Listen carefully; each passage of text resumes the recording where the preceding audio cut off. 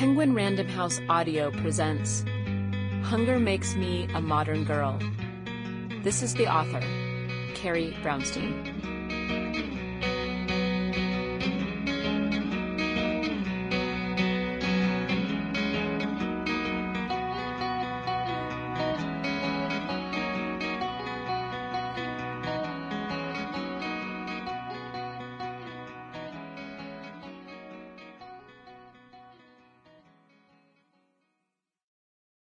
For Corin and Janet.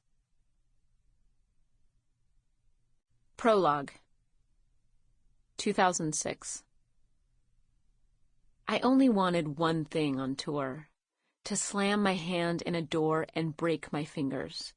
Then I would go home. I had shingles on the right side of my body, brought on by stress.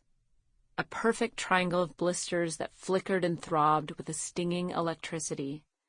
At night, I could barely sleep from the discomfort, flailing about in a twin bed in a dingy European hotel room while a bandmate dozed a foot away from me.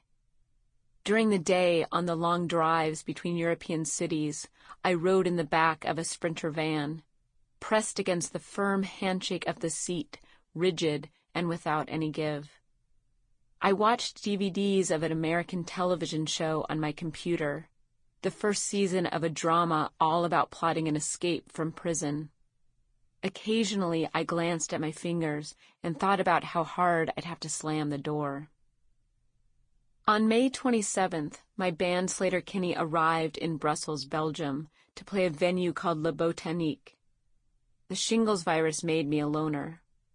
Janet had never had the chickenpox as a child, and thus I was contagious to her. After checking in with her sister, a doctor in LA, the term airborne entered the conversation. But I already felt liminal and weightless, outside myself, a series of free-floating particles that only occasionally cohered into humanness, into arms and legs. Tour reassembles you. It's a fragmentary and jarring existence, even without an added illness or malady. But now I could not find the floor. I was outside the room, outside myself.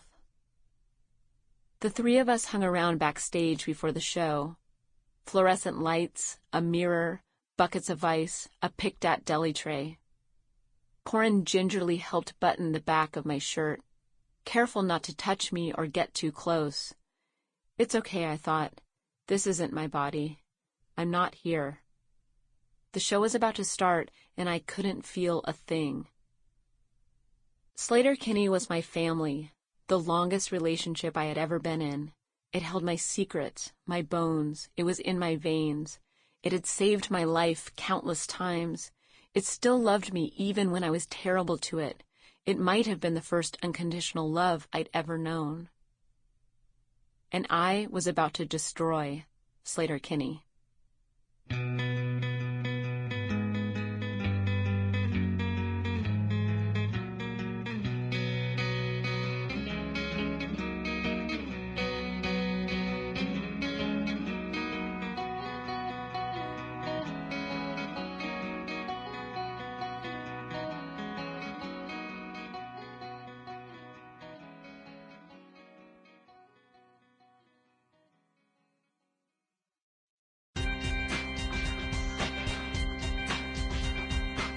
Part 1. Youth.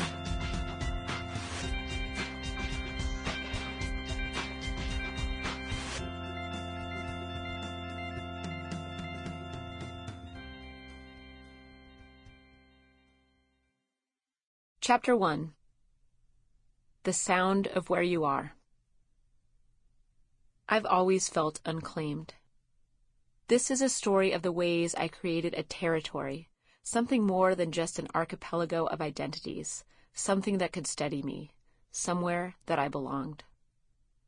My story starts with me as a fan, and to be a fan is to know that loving trumps being beloved. All the affection I poured into bands, into films, into actors and musicians was about me and about my friends. Once, in high school, I went to see the B-52. Sample complete. Ready to continue?